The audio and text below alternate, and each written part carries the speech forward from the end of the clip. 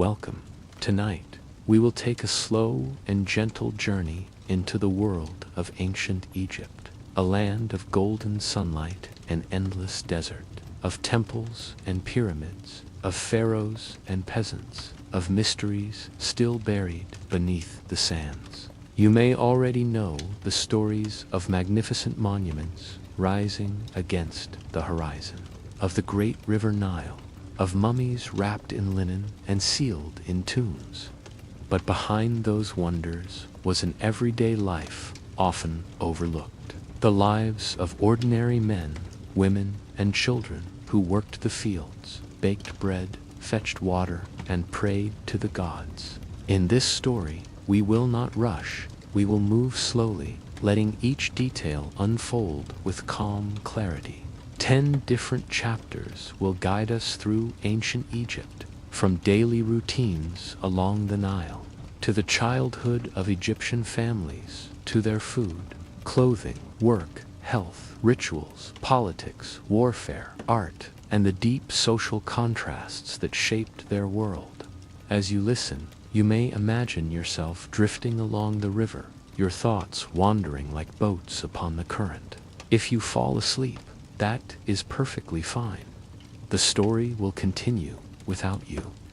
So let us begin at dawn thousands of years ago. As the sun rises over the Nile, imagine the first light of morning in ancient Egypt. The horizon glows soft and golden. The desert beyond still cool before the heat of the day. The Nile glimmers, its waters calm, carrying the promise of life. Without the river, there would be no Egypt. With it, the land is fertile, green, alive. You are a farmer, living in a small village not far from the riverbank. Your house is built of sun-dried mud bricks, simple and sturdy. The walls are rough to the touch, the floor cool beneath your bare feet. Inside, the rooms are sparse, a reed mat for sleeping, clay pots for storage, a low table for meals. The air smells faintly of straw, bread, and smoke from last night's fire. The day begins early. The sun has barely risen, but already you hear the sounds of animals stirring, goats bleating, birds calling, the rustle of reeds in the breeze. Your family wakes beside you. Children rub sleep from their eyes. Your wife begins to grind grain with a stone, the steady rhythm of her hands filling the room. Breakfast is simple, a piece of flat bread, still warm from the clay oven. Perhaps a sip of beer, not strong but mild, more like thick, sweetened grain water. It fills the stomach, preparing you for the long hours ahead. Soon, you step outside, carrying your tools. The earth is damp with morning dew. In the distance, other farmers move toward the fields, their silhouettes dark against the rising sun. Together, you walk toward the river's edge, where irrigation canals bring water to the crops. The Nile has flooded recently, as it does each year. The waters receded, leaving behind rich black soil perfect for planting. You bend down, the soil cool against your fingers, and begin the day's work, planting barley, wheat, flax. The air is filled with the sound of voices calling across the fields, the swish of sickles, the thud of wooden hoes striking earth. Hours pass slowly. The sun rises higher. The heat grows heavier. Sweat beads on your skin. You pause only briefly to wipe your brow, to drink from a clay jug of water drawn from the river. There is no rushing. The rhythm of farming is steady, patient, repeating day after day. Nearby, children chase one another along the dikes, their laughter carrying across the fields. Women fetch water in jars, balanced on their heads, moving with practiced grace. Fishermen cast nets into the Nile, their boats rocking gently with the current. The village hums with life. Artisans shape pottery, In shaded courtyards, bakers tend ovens, the warm smell of bread drifting into the air. Herdsmen lead goats and cattle along the edges of the fields, the animals' bells chiming faintly. By midday, the heat is heavy. The sun burns high in the sky, the desert beyond shimmering with waves of light. You pause to rest under the shade of a palm tree, eating a small meal bread, perhaps a few figs, and a sip of beer. The air is still broken only by the distant calls of birds circling the river. In the evening, the fields quiet down. Tools are set aside, the day's labor done. You walk back to your home, the earth warm beneath your feet, the light of the setting sun painting the sky in shades of red and gold. Dinner is simple, yet filling. Bread once again, lentils stewed with herbs, fish caught from the river, perhaps a handful of dates for sweetness. Your family sits together, the flicker of an oil lamp casting soft shadows on the walls. When night falls, the desert cools quickly. Stars appear, bright and countless, scattered across the dark sky. You lie down on your reed mat, the air around you still carrying the scent of the fields. The sounds of the Nile drift through the night, the gentle ripple of water, the distant call of frogs, the rustle of reeds in the breeze. This is the rhythm of daily life in ancient Egypt, simple, repetitive, and unchanging. Yet, for those who lived it, this was survival. This was home. Imagine now not the life of a farmer, but the earliest years of a child in ancient Egypt. The world of children was simpler in some ways, yet still bound by the rhythms of the Nile, the demands of family, and the traditions of a society thousands of years old. Birth and infancy. When a child was born, there was joy and relief. Survival was never certain. Families celebrated each new life with quiet prayers to protective deities, goddesses like Toret, the hippopotamus-shaped guardian of mothers and infants, or Base, the squat, cheerful god who warded off evil spirits.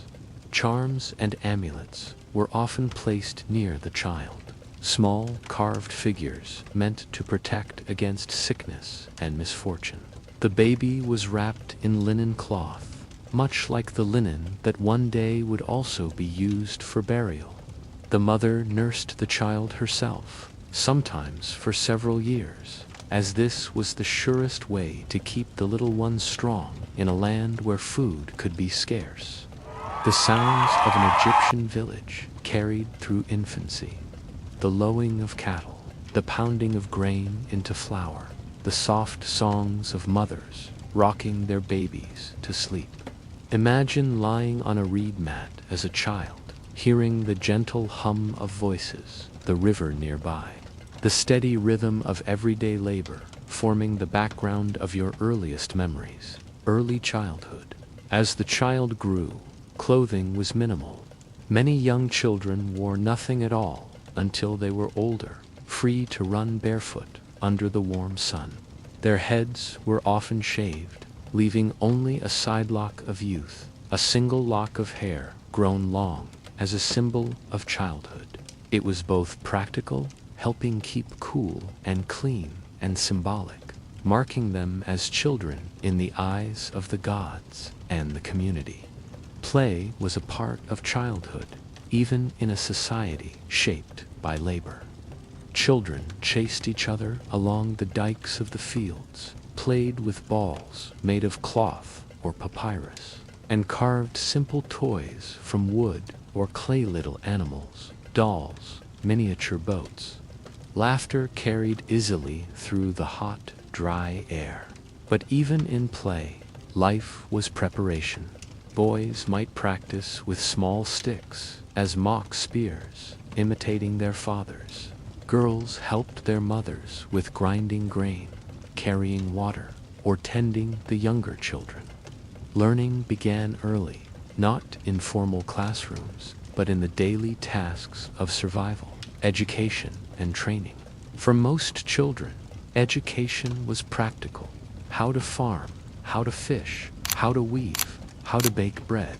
Skills passed from parent to child, generation to generation, forming the fabric of Egyptian life. Yet, for a few, a different path awaited. Sons of scribes, priests, or officials were taught to read and write. Imagine sitting cross-legged on a reed mat, a wooden writing board before you, holding a reed brush dipped in black ink.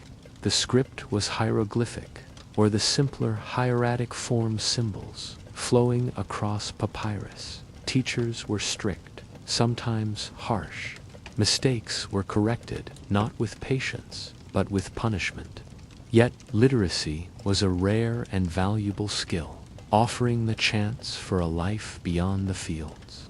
Girls were less often educated formally, but some in wealthier households learned to read, sing hymns, and manage estates. Their education was tied to the roles they would one day inherit, balancing practicality with tradition. Coming of age by adolescence, children were already small adults. Boys joined their fathers in the fields or workshops, their muscles hardening from labor. Girls took on the full duties of the household, preparing food, weaving cloth, caring for younger siblings. Marriage often came early, sometimes in the mid-teens. Religion marked these transitions. Amulets were worn, rituals performed, prayers offered for protection as children grew into adults.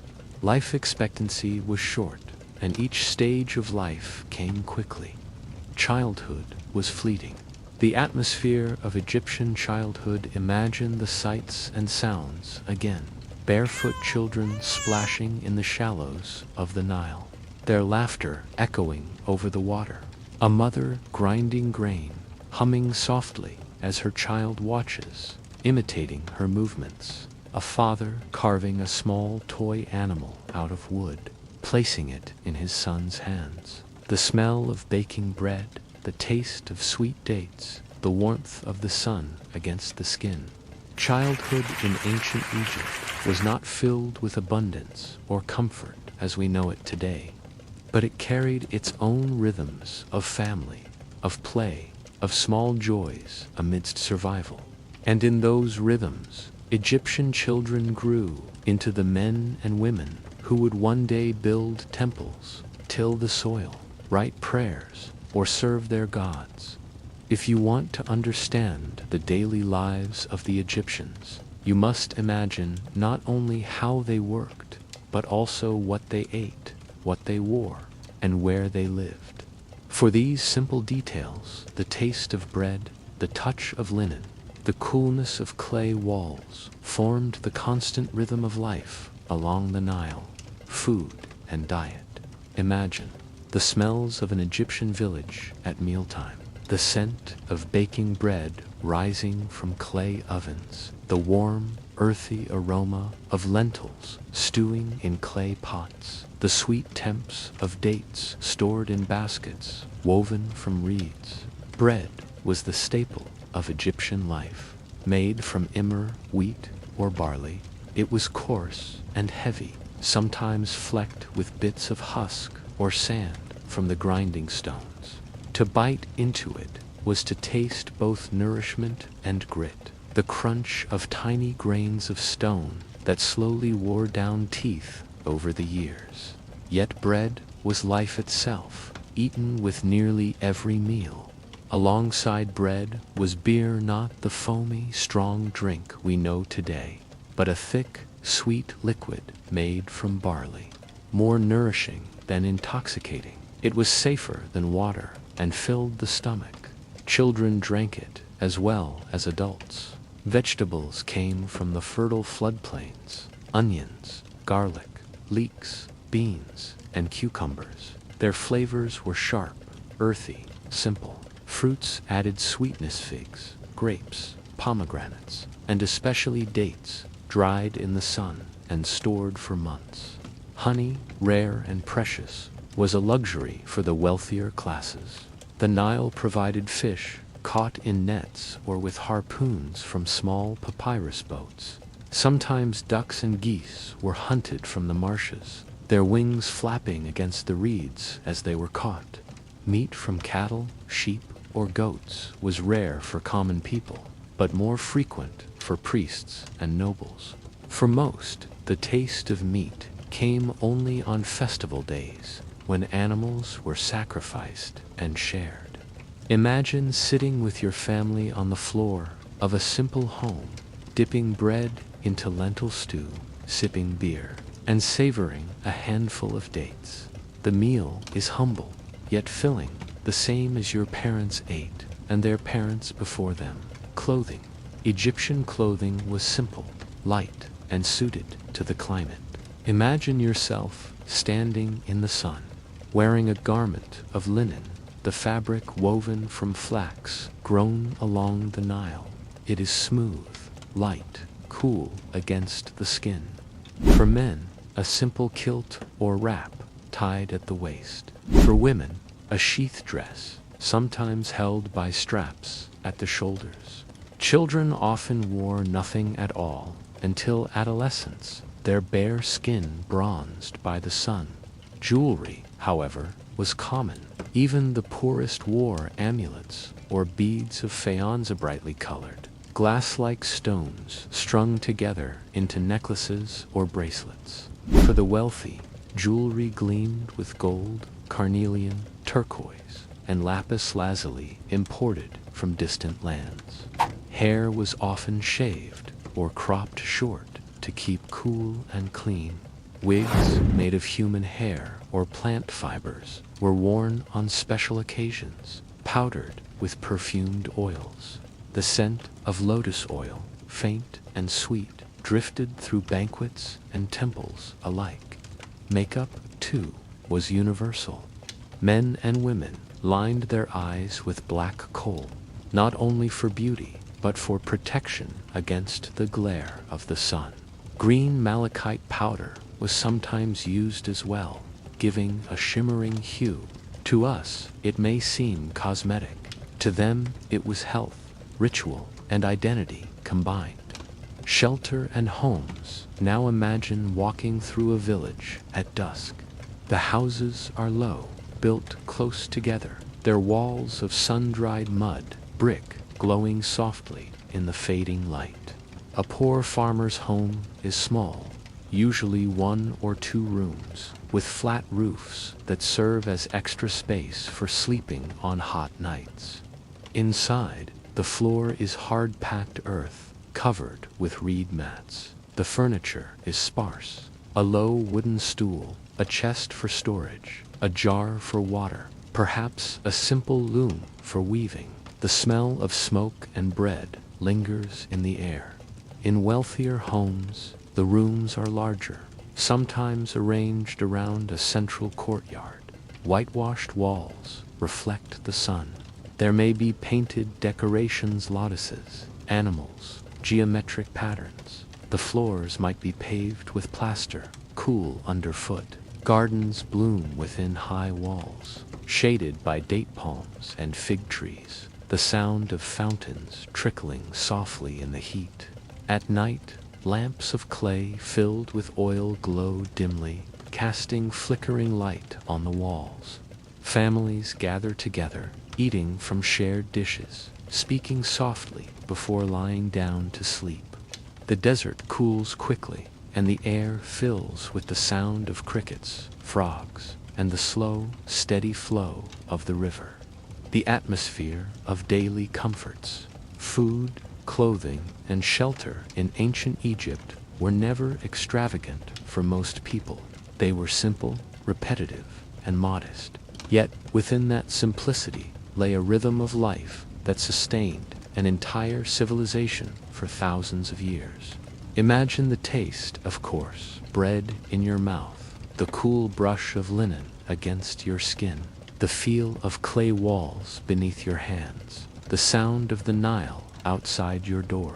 These were the constant companions of Egyptian life. And though we often think of Egypt in terms of temples and pharaohs, it was these small details, these daily comforts, that made the civilization real and human. Life in ancient Egypt was defined not only by the river, but by work.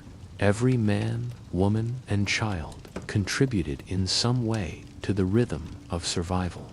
The economy of Egypt was simple in structure, yet vast in scale, a system tied to the flooding of the Nile, to the temples of the gods, and to the will of the pharaoh. Farmers. The backbone of Egypt. Imagine once more the Nile after its annual flood. The waters have receded, leaving behind a ribbon of dark, fertile soil. Farmers move into the fields, their bare feet sinking into the soft ground. Wooden plows creak as oxen pull them slowly forward, carving furrows into the black earth. This was the foundation of the Egyptian economy.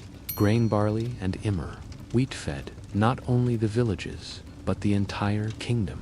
It was harvested, stored, and distributed by the state, filling vast granaries that stood like guardians over the cities. The work was steady, seasonal, unending. From dawn until dusk, men bent over the fields, women and children helping with weeding, gathering, threshing. At harvest time, sickles cut through golden stalks, the sound sharp and repetitive. The grain was beaten ground, stored in clay jars. Taxes were not paid in coin, for coinage had not yet spread widely. Instead, they were paid in grain, in livestock, in goods. Every household owed a portion of its yield to the state to support the pharaoh, the temples, the army. Builders and laborers beyond the fields. Work also meant building. Imagine standing before the rising walls of a temple, or at the base of a pyramid under construction. The air is filled with the sounds of hammers striking stone, of ropes tightening, of men chanting in rhythm as they haul massive blocks into place. Contrary to popular tales, the pyramids were not built by slaves alone. Many were constructed by conscripted workers, ordinary farmers drafted during the season when the Nile flooded their fields and farming was impossible. This system ensured that labor was always available, shifting from agriculture to construction with the river's rhythm. Workers lived in temporary villages near the sites, their homes of mud brick, their meals provided by the state. Archaeological excavations have uncovered bakeries, breweries, and even medical facilities in these workers' towns. Life was hard, but it was organized, supported, and communal. Imagine the dusty air, the sun blazing overhead, the grit of stone under your fingernails, sweat dripping, hands rough, bodies aching. Yet there was also pride. To work on a monument was to serve not only the pharaoh, but eternity. Artisans and craftsmen. Not all Egyptians worked in fields or on building sites. In the shade of workshops, artisans practiced their crafts. Potters shaped clay on slow-turning wheels, their fingers wet and steady. Weavers sat before looms, pulling threads of flax into linen, the soft swish of fibers filling the room. Stone carvers etched figures into limestone walls gods, kings, farmers, animals, images that still speak to us thousands of years later.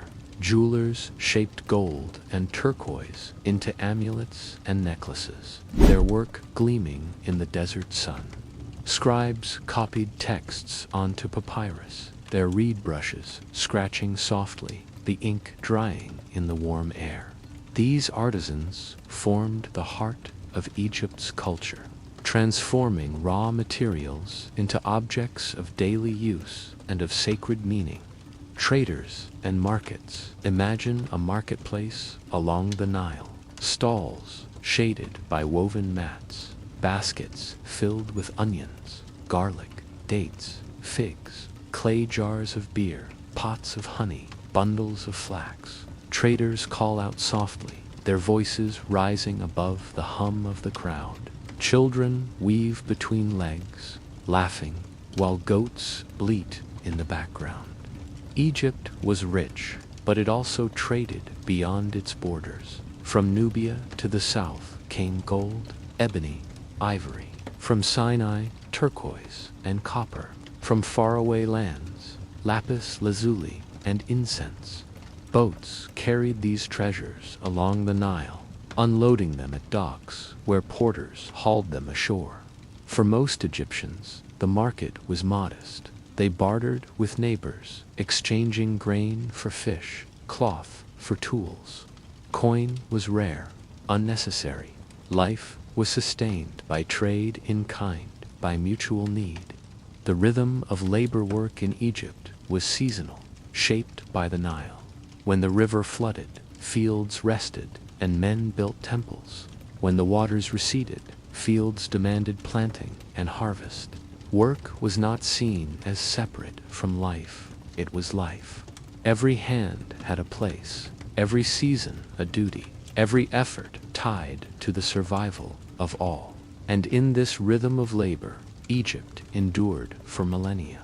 The atmosphere of work and economy. Imagine again the steady creak of wooden plows in the fields, the chant of workers pulling a block of stone into place, the quiet scratch of a reed brush across papyrus, the murmur of voices in the marketplace, the scent of bread and dates in the air.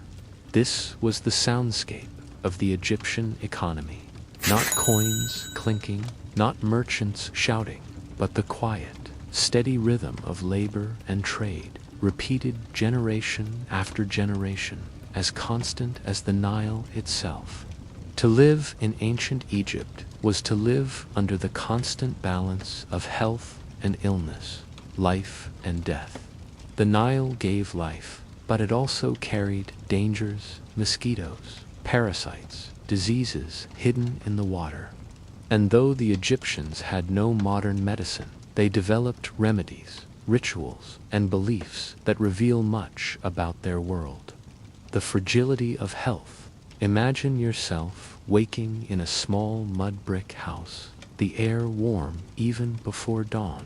You feel the ache in your teeth, worn down by years of gritty bread. Perhaps your stomach churns with pain, a sickness caused by tainted water or spoiled food. For ordinary Egyptians, such discomforts were common. Tooth decay was widespread, made worse by sand in the bread. Eye infections, too, spread easily in the dusty climate, and the bright sun only added to the pain. Children often carried fevers, their bodies struggling against illnesses we can still recognize today: malaria, dysentery, respiratory infections. Life expectancy was short. Many died young. Few lived beyond 40 or 50 years. Healers and remedies. Yet the Egyptians were not helpless. They sought healing in many forms, some practical, some spiritual, often both at once. Healers mixed herbs into pastes, powders, and potions. Garlic and onions were used to strengthen the body. Honey, prized for its sweetness, also served as a natural antiseptic, spread onto wounds to prevent infection. Willow bark, which contained a substance similar to aspirin, was chewed for pain relief. Imagine the smell of these remedies: sharp garlic, sweet honey, bitter herbs crushed in stone mortar. A healer chanting softly as he works, his voice rising and falling with the rhythm of grinding. Papyrus scrolls preserve many of these treatments. The Ebers Papyrus, a great medical text, lists hundreds of remedies, some effective, some strange. To treat coughs, herbs were mixed with milk and honey. To soothe burns, animal fat and plants were spread upon the skin. But alongside these practical cures were magical ones. Spells were recited, amulets placed on the body, prayers whispered to gods. For the Egyptians, illness was not only physical, it was spiritual. To heal meant to balance both. Priests and sacred healing in temples. Priests played a role as healers. The god Imhotep, once a real man and later deified, was worshipped as a patron of medicine. People prayed at his shrines, seeking dreams that would reveal cures. The sick might sleep within temple courtyards, hoping that the gods would visit them in the night, offering visions of healing. Priests interpreted these dreams, prescribing rituals or remedies to restore balance. Healing was not separate from religion, it was an extension of it. To cure the body was also to purify the soul. Surgery and procedures. Evidence suggests that Egyptian healers performed simple surgical procedures, small incisions, the setting of broken bones, the draining of abscesses. Flint knives and copper tools were their instruments. The air inside such a room would smell of oil and herbs, the walls flickering with lamplight as a healer bent to his task. These procedures were limited, of course. Complex surgeries were beyond their reach, yet even these small efforts show a people striving to ease suffering, to extend life, to push against the inevitability of death. Disease and the river, the Nile, giver of life, was also a carrier of sickness. Parasites lived in its waters. Mosquitoes thrived in its marshes.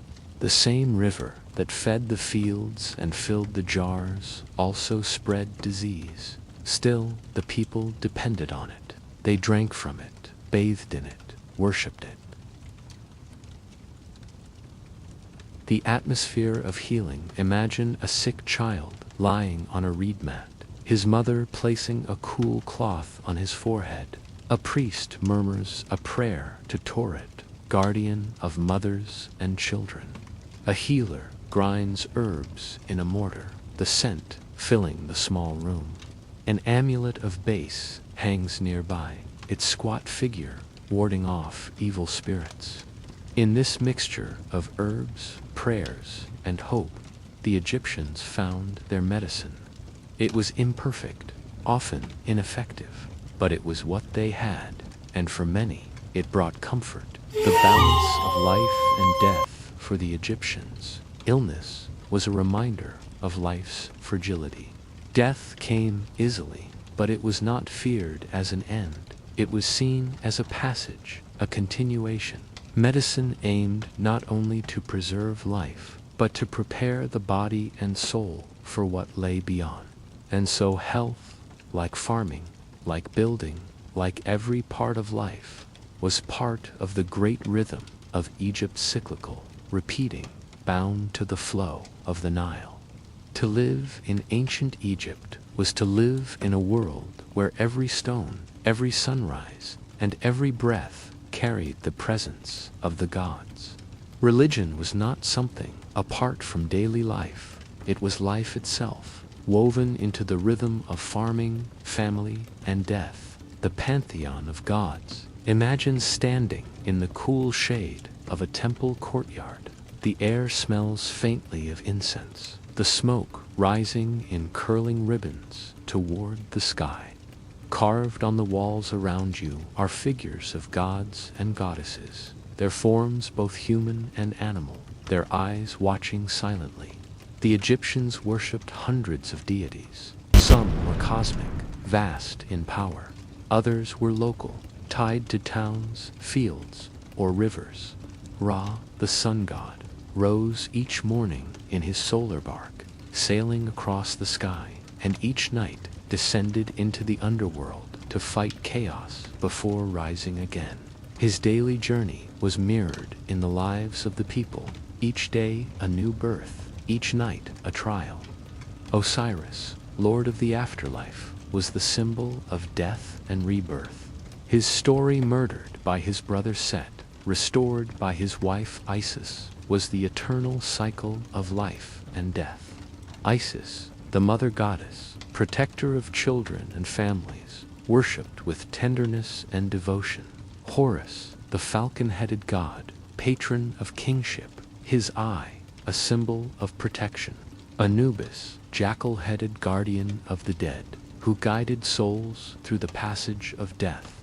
These were not distant figures. They were companions, guardians, rulers of the unseen world. Temples and rituals. Temples were not places for common worship like churches today. They were the houses of the gods, tended by priests. Imagine approaching one at dawn. The temple walls rise high, painted with images of gods and kings. The air is cool within, even as the desert sun begins to heat the land. Priests move quietly through the halls, their heads shaved, their linen robes white and spotless. At the innermost sanctuary, a statue of the god rests in a shrine hidden from ordinary eyes. Each morning, priests bathe the statue, anoint it with oils, dress it in fresh linen, and place food offerings before it: bread, beer, fruit. These were not meals for people, but for the god, sustaining its presence in the world. Outside, incense burns. The fragrance of frankincense and myrrh drifts into the air, mingling with the murmur of prayers. Scribes record offerings, attendants sweep floors, musicians play soft hymns. The temple is alive with sound and scent, yet hushed with reverence. Festivals. Religion was not confined to temples. Festivals filled the calendar, drawing entire communities into celebration.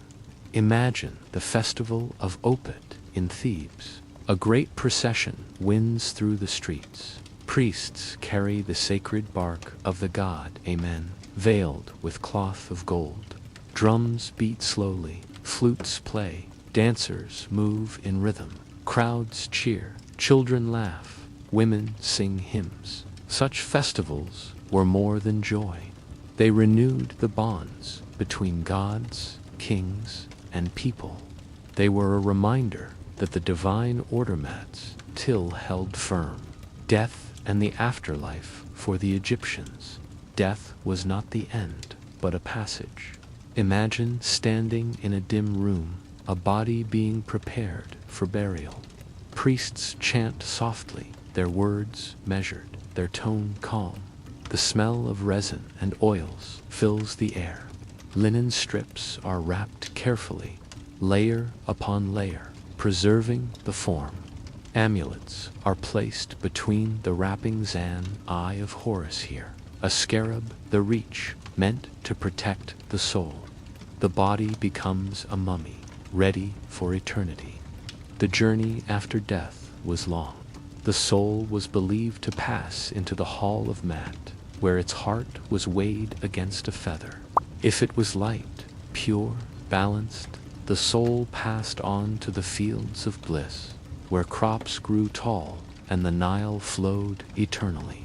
If it was heavy, corrupted by sin, it was devoured by Ammit, the fearsome devourer of the dead.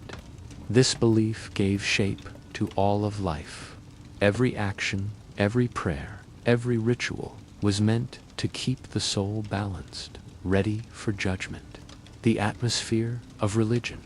Religion in Egypt was not occasional, it was constant. The rising of the sun was Ra's journey. The flooding of the Nile was the tears of Isis. The harvest was the gift of Osiris. Even illness was the work of spirits, and healing was both medicine and magic. Imagine again the golden light of dawn over a temple, the steady rhythm of drums in a festival, the scent of incense drifting on the wind, the hushed whispers of priests tending to statues in shadowed halls. This was the pulse of Egypt's religion, grand and yet intimate, cosmic and yet present in every detail of daily life. To understand ancient Egypt, one must understand its structure of power. The Nile gave life, but it was the pharaoh who was believed to keep the universe in balance. Politics in Egypt was not simply about laws or rulers, it was about order itself, the principle the Egyptians called Mat, the Pharaoh, God on earth. Imagine standing in the great courtyard of a temple as the Pharaoh appears. The people bow their heads, the sun gleaming on his golden headdress. To the Egyptians, this was not only a man, but a god made flesh. The Pharaoh was seen as the son of Ra, the living Horus, the bridge between heaven and earth. His duty was not merely to govern, but to maintain harmony, the balance of the cosmos itself. His every decree was a sacred act. His victories were the gods' victories. His failures were disruptions in the cosmic order.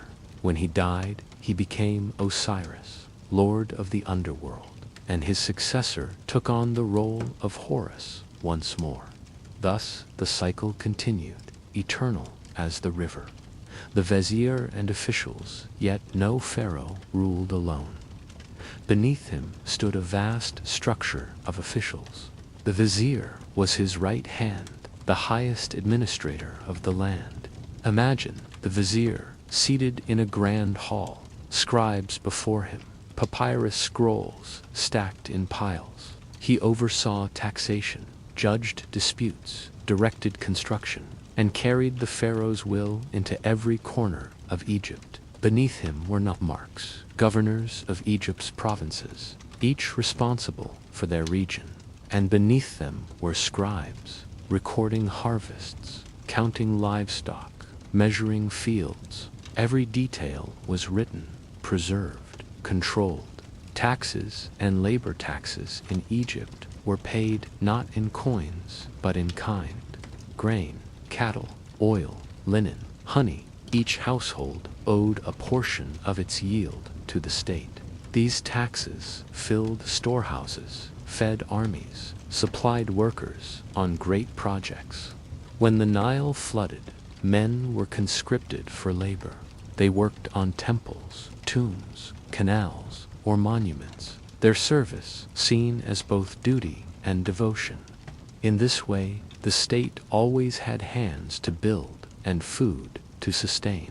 Imagine scribes walking through fields, tallying harvests with reed pens, farmers bowing as they measure grain, handing over jars of barley, the vizier in his hall, reviewing the tallies, nodding in approval as the flow of goods filled the state's coffers. Justice and law in Egypt was not codified in books like later societies. It was embodied in Matha, principle of truth, order, and balance. Judges ruled not by strict rules, but by maintaining harmony. Imagine a dispute brought before a court. A farmer claims his neighbor has stolen grain. A scribe records the complaint. The vizier or local judge listens carefully. Witnesses speak. The decision is made calmly, not to punish alone, but to restore balance between the two. Punishments, varied fines, restitution, sometimes harsher measures, but the guiding principle was always the preservation of Mat, foreign relations and power beyond Egypt's borders. Politics extended into conquest and diplomacy. Pharaohs sent armies into Nubia for gold, into the Levant for timber and trade. Ambassadors carried gifts to foreign kings, sealing alliances with marriages and treaties.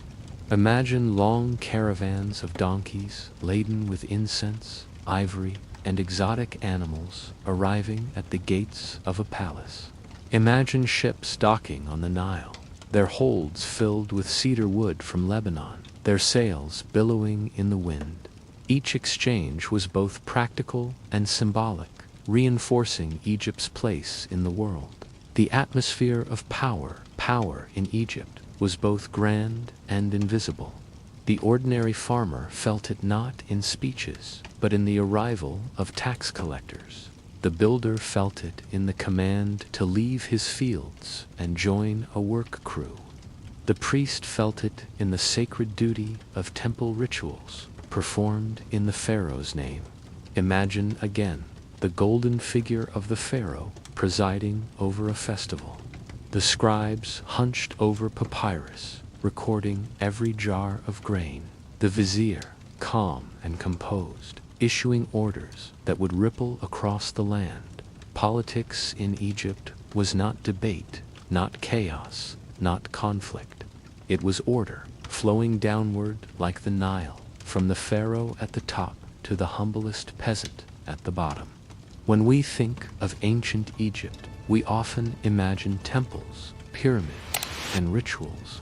But Egypt was also a kingdom that had to defend itself against invaders, against rivals, and sometimes against its own people. Warfare was not constant, but when it came, it shaped the rhythm of the state and the lives of its people. The army. Imagine a long line of men walking along the banks of the Nile, their sandals kicking up dust, the bronze heads of their spears glinting in the sun. These are Egyptian soldiers, drawn from the villages, trained to fight when the pharaoh commands. For much of its history, Egypt was protected naturally deserts on both sides.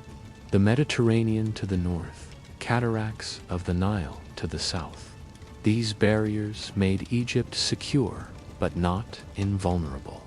When enemies came, the pharaoh called upon his people to defend the land. The army was made up of common men, but also included a professional corps. They carried shields of wood and hide, short swords, axes, and spears. In later times, they wielded bows, their arrows flying in dark arcs across battlefields. The chariot, one of the greatest changes in Egyptian warfare, came with the arrival of the horse and chariot. Imagine two horses, sleek and strong, pulling a light wooden cart with spoked wheels. A driver holds the reins steady, while a warrior beside him draws back a bow. The chariot moves swiftly across the desert plain, the wheels humming, the arrows striking before the enemy can respond. The chariot became the pride of Egyptian armies, a symbol of wealth and power. Pharaohs rode them into battle, their presence towering above the ranks, a living vision of Horus on earth. Reliefs carved into temple walls show these scenes in detail: horses rearing, arrows flying, enemies scattering, fortresses and defense. Egypt's borders were lined with fortresses, strongholds built of mud, brick, and stone, standing watch over trade routes and river crossings. Imagine approaching one at dusk, its walls rising high, guards posted at the gates, the flicker of torches lighting the towers. These fortresses were not only military structures, but also centers of trade and administration. Soldiers stationed there lived with their families, patrolled the borders, and ensured that goods moving in and out of Egypt were taxed and controlled. Famous battles, though Egypt was often secure, battles were remembered. The Battle of Kadesh against the Hittites was one of the largest chariot battles in history. Thousands of horses thundered across the plain, dust rising in great clouds, the clash of armies echoing like thunder. Pharaoh Ramses II himself claimed victory, though the truth was more complex: a stalemate sealed by one of the earliest recorded peace treaties. For the ordinary soldier, battles were not legends. They were long marches under the blazing sun, the weight of weapons on tired shoulders, the uncertainty of whether they would return home. Training and daily life of soldiers when not at war. Soldiers served as guards, laborers, and enforcers of the pharaoh's will. They drilled with weapons, patrolled cities, and sometimes helped with great construction projects. Their lives were disciplined, but not glamorous. Imagine standing in a training ground, rows of men practicing with wooden spears, the sound of grunts and shouts filling the air. The heat presses down, sweat dripping, dust clinging to skin. Yet they continue, day after day, preparing for battles that may or may not come. The spiritual side of warfare. Even in war, the Egyptians saw the hand of the gods. Before battle, rituals were performed, offerings made. Soldiers carried amulets for protection and Eye of Horus, a scarab, a symbol of Ra. They believed that the gods marched with them, that victory was not only a matter of strength, but of divine favor, and if they died, they hoped to pass into the afterlife. Remembered not as fallen men, but as loyal servants of the Pharaoh and the gods. The atmosphere of Egyptian warfare. Imagine, again, the creak of chariot wheels turning across the sand, the faint whinny of horses, their breath rising in the morning air, the clatter of bronze weapons, shields striking in rhythm, the silence after battle, the wind sweeping over the plain. Egyptian warfare was not constant, but when it came, it was carried out with the same order and rhythm as every other part of their society disciplined, ritualized, bound by the belief that the pharaoh's command was the will of the gods.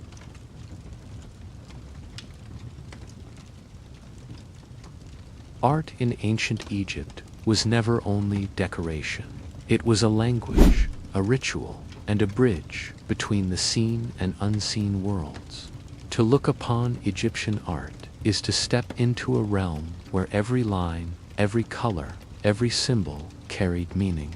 Hieroglyphs, the sacred writing. Imagine sitting in a dimly lit chamber, the soft glow of oil lamps flickering against stone walls. A scribe bends over a sheet of papyrus, his reed brush steady in hand.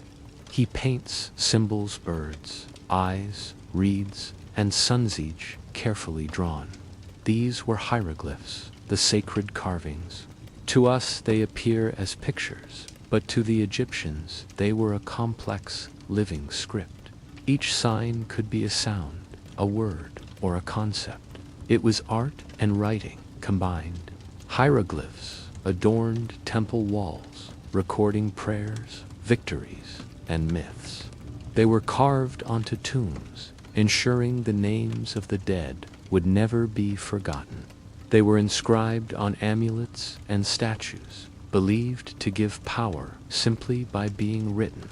Tomb paintings. Step into a tomb, cool and quiet beneath the desert sand. The walls are alive with color. Blue, red, yellow, and green still glow after thousands of years. Figures of men and women face sideways, their eyes wide, their hands raised in gestures of offering. These paintings were not portraits of daily life alone, though they show farming, fishing, music, and feasting. They were promises, scenes of what the dead would enjoy in eternity.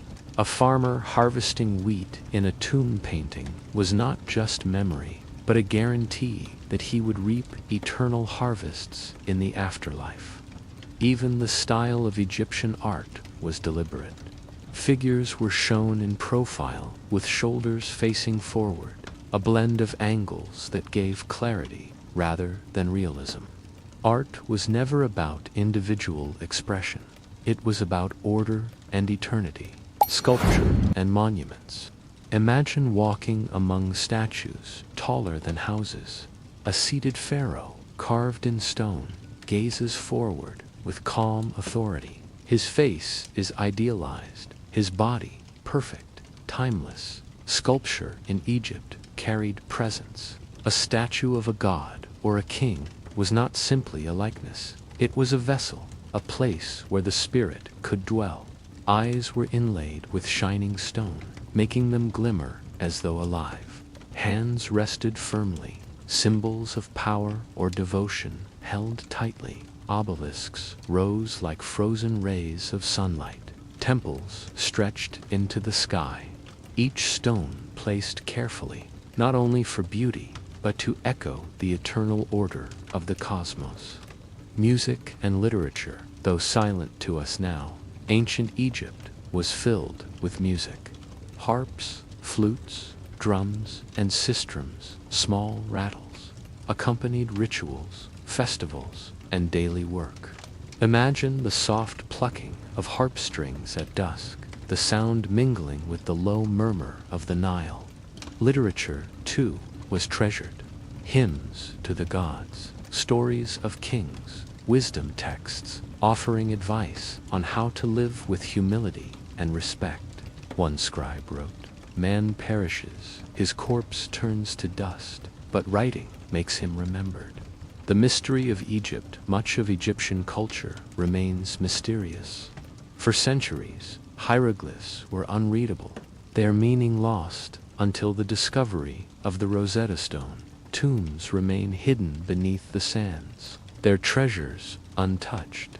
Scholars still debate the secrets of pyramid construction, the true purposes of certain rituals, and the meanings of symbols.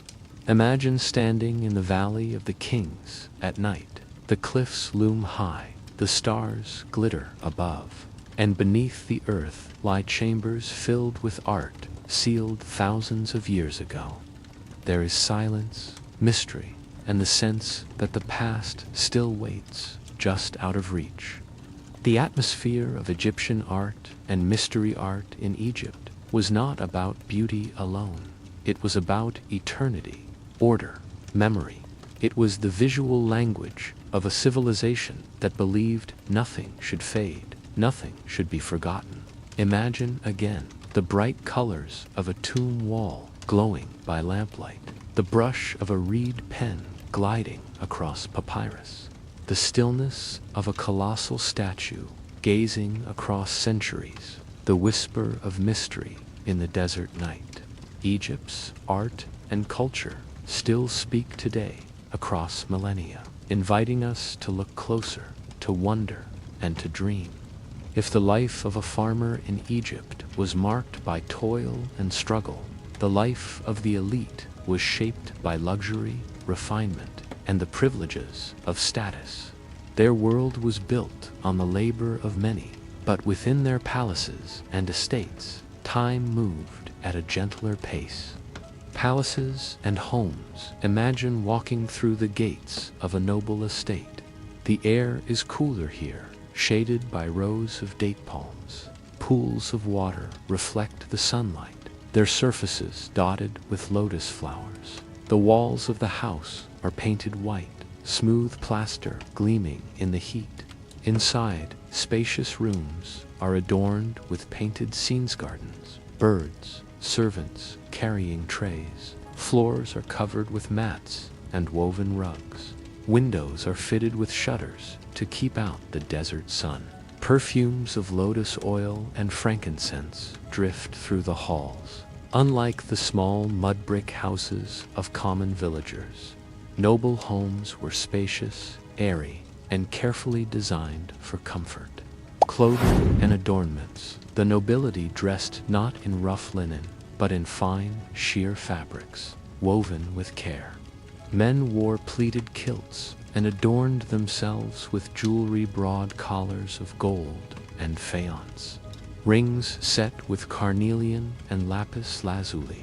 Women wore long gowns, their hair styled in elaborate wigs, scented with oils, decorated with beads and pins. Every detail was chosen to reflect status. The glint of gold, the shimmer of beads, the smooth texture of polished stone against skin, these were marks of prestige as much as of beauty. Food and banquets, meals for the wealthy, were feasts of abundance. Imagine sitting in a great hall, oil lamps glowing, musicians playing softly in the background. Servants move gracefully, carrying trays of roasted duck, beef, fresh bread, figs, dates, and honey cakes. Wine flows from painted jars into polished cups. Banquets were not only about food, they were occasions for display, for conversation, for poetry, for music. Guests reclined on cushioned seats while dancers performed, and singers filled the air with hymns of joy. The clatter of cups, the laughter of voices, and the soft notes of harps created an atmosphere both vibrant and serene.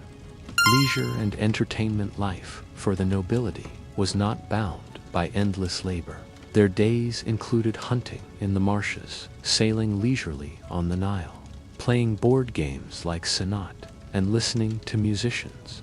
Imagine a nobleman standing in a papyrus marsh at dawn, his bow ready, birds rising into the golden sky as trained dogs splash through the reeds. Or imagine a family gathered in a shaded courtyard, rolling dice, moving carved pieces across a polished game board. Even leisure carried a sense of ritual. Every pursuit, hunting, feasting, gaming, was not only enjoyment, but an expression of harmony, of order, of life lived in balance. Servants and dependents, of course. Such luxury was supported by the labor of many.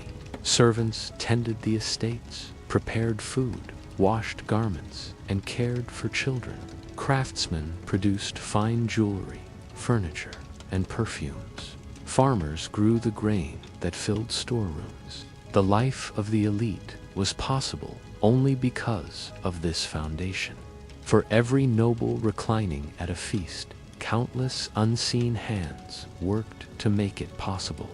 The atmosphere of elite life, imagine again the cool shade of a courtyard garden, water rippling in stone pools, the scent of wine and roasted meat drifting through a banquet hall, the soft sound of harp strings, dancers moving gracefully by lamplight, the shimmer of gold jewelry catching the glow of the fire. For the nobles, Egypt was not hardship, but ease. Their world was one of comfort and refinement, a striking contrast to the struggles of the farmers and laborers who supported it. Yet even in their privilege, they too lived within the eternal cycle of the Nile, bound by the same beliefs in gods, rituals, and the promise of the afterlife. And so, we come to the end of our long journey through ancient Egypt, from the struggles of farmers along the Nile, to the rituals of priests in dimly lit temples, from the battles fought on desert plains to the soft music of banquets in noble estates. Egypt reveals itself as a world of contrasts. It was a civilization of order and rhythm. The river flooded, the crops grew, life endured. The pharaoh ruled, the people worked, the gods watched, and through it all, the cycle repeated, century after century. As you reflect on these stories, you may notice the same rhythm within yourself. The slow, steady rhythm, the gentle rise and fall, like the eternal Nile. Imagine now the desert night. The air is still. Above you, stars fill the sky, glittering like jewels upon dark velvet. The Nile flows quietly in the distance, its waters carrying the memory of thousands of years. The temples stand in silence. The tombs rest undisturbed. The voices of scribes, of farmers, of kings and queens have faded into the past. Only peace remains. Let that peace surround you now. Let the weight of history drift away as your body sinks deeper into rest. You are safe, you are calm, you are at ease. And as you close your eyes, imagine the eternal rhythm of the Nile carrying you gently, softly into sleep. Good night.